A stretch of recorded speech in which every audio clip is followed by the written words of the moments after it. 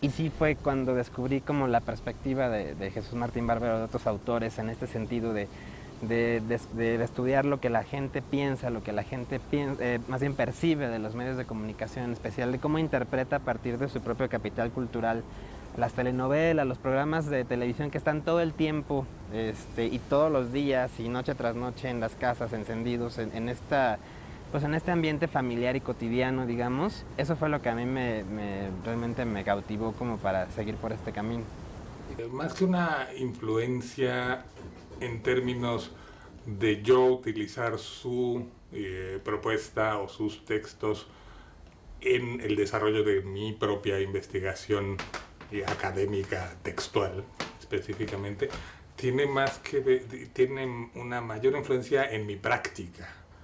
Tuvo mucho que ver la manera en que él planteaba cómo había ciertas lógicas en la producción, es decir, cómo los intereses de una empresa, cómo los intereses de una industria se introducían, se volvían dinámicas de producción, rutinas de producción, y que en la cotidianidad estas se iban reproduciendo y iban siendo las que iban generando una relación entre el desarrollo del trabajo y el mensaje en sí o el producto en sí, y la relación de los propios trabajadores con la industria o con la empresa. Me marcó, digamos, me dio una tierra firme para pensar. Él destaca la importancia de lo social, que eso a mí me gusta mucho. Y bueno, cuando estás solamente en televisión y llegas con teoría y te encuentras al doctor Jesús Martín Barbero y ves la importancia de lo social en cuanto a televisión y la importancia de la radio, se abre otro panorama.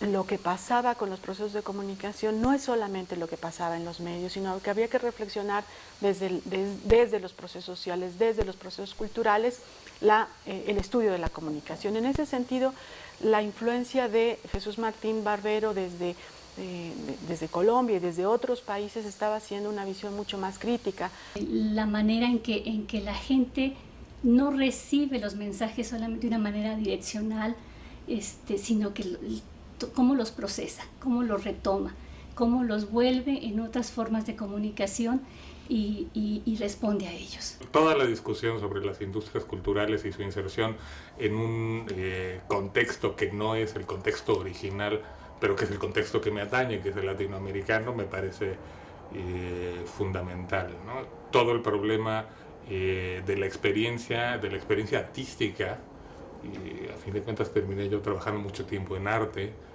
y en gran medida, ahora que lo pienso, en el fondo está haberlo entendido desde la perspectiva de Martín Barbero y desde la posibilidad de ejercer una práctica, sobre todo una práctica artística diferente. No, que no es lo mismo leer a grandes autores que piensan en otro lugar a un autor de primera magnitud que piensa el propio territorio, ¿sí? Porque piensa Latinoamérica conociendo Latinoamérica. Me doy cuenta que el camino fue muy correcto el de él, porque sigue siendo completamente moderno, ¿no? O sea, él es capaz de seguir pensando la globalización, la pérdida de identidad, la nueva identidad, las resistencias. Yo creo que en el caso concreto de por qué Jesús Martín Barbero está o no está en la bibliografía de los planes de estudio, me parece que tiene mucho que ver también con una actualización a propósito de los nuevos escenarios mediáticos en los que nos encontramos. Es el libro de los medios a las mediaciones. Volviéndolo a leer encuentra uno nuevas cosas, nuevos significados, nuevas pautas de reflexión, porque no se agota en un momento, sino que sigue dando elementos para continuar con la reflexión adelante. Por ejemplo, ¿no? Toda la discusión de las industrias culturales, en fin, y me parece como muy, muy fundamental. Y me parece también fundamental porque probablemente más que como me sucedió a mí, más que en el proceso de construcción teórica, en el proceso de la práctica, creo que sí sigue siendo válida las líneas prácticas que se sugieren a partir de sus textos. Fue de esas voces que quedaron en mí, no sé si inconsciente, pero que quedaron ahí como muy presentes de busca por ahí, ¿no? Entonces para mí ha sido fundamental. Creo que antes, para que una generación viera un cambio tecnológico en cuestión de medios de comunicación, de consumo, eran años, digamos, de la radio cuando no existía la televisión a cuando aparece la televisión pasaron muchos años, de la televisión en blanco y negro a la televisión a color fueron muchos años, y de ahí en adelante, justo cuando empiezan a aparecer las computadoras, pues tenemos ahora un cambio en el que una misma generación de pronto ni siquiera se alcanza a asimilar todos estos cambios tan rápidos. Entonces creo que también nuestras teorías, nuestras formas de ver y pensar, de pensar los medios de comunicación, de pensar en el consumo cultural de la televisión, necesita adaptarse a estos cambios vertiginosos. Y lo que yo quisiera preguntarles precisamente cuál es su perspectiva. Los receptores, digamos, ya estamos convirtiéndonos o teniendo la posibilidad de ser emisores, ¿no? Quizá con un poder pues completamente diferente al que tiene una empresa de medios como TV Globo o como Televisa, ¿no? Pero ya tenemos fácticamente ese poder. ¿Cómo cambia, ¿no? ¿Cómo cambia la relación de cómo cambia el análisis? Cómo pensar nuevas formas de evaluar los contenidos que hoy se están haciendo en los nuevos medios y en los nuevos formatos que impone las tecnologías digitales.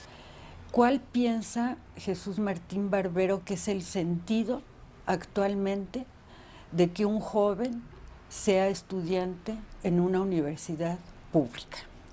Martín Barbero habla mucho del problema de la resistencia, de la importancia de la resistencia desde lo alternativo, desde los grupos no hegemónicos o los colectivos que no están en el poder, y la resistencia como una forma de acción. Y a mí la noción de resistencia siempre me ha causado problemas, y me ha causado problemas porque de pronto me parece una noción paraguas, y porque, no desde Martín Barbero, o sea, en general, pues el uso de la noción de resistencia. Y porque si pensáramos la noción de resistencia desde la ingeniería, habría que entender que la resistencia es este dispositivo en un sistema, en un aparato, que sirve para concentrar y disipar el calor en aras de que el aparato o el sistema funcione bien. Y entonces me pregunto si, trasladado esto a la metáfora del sistema social, el sistema sociopolítico, la resistencia no es realmente algo que los grupos hegemónicos y los grupos en el poder están queriendo promover precisamente. En primer lugar, yo recuerdo en algún texto la definición de globalización que decía que era una mezcla de pesadillas y esperanzas. Entonces yo le preguntaría qué pesadillas y qué esperanzas tenemos nosotros con la globalización, en específico en Latinoamérica.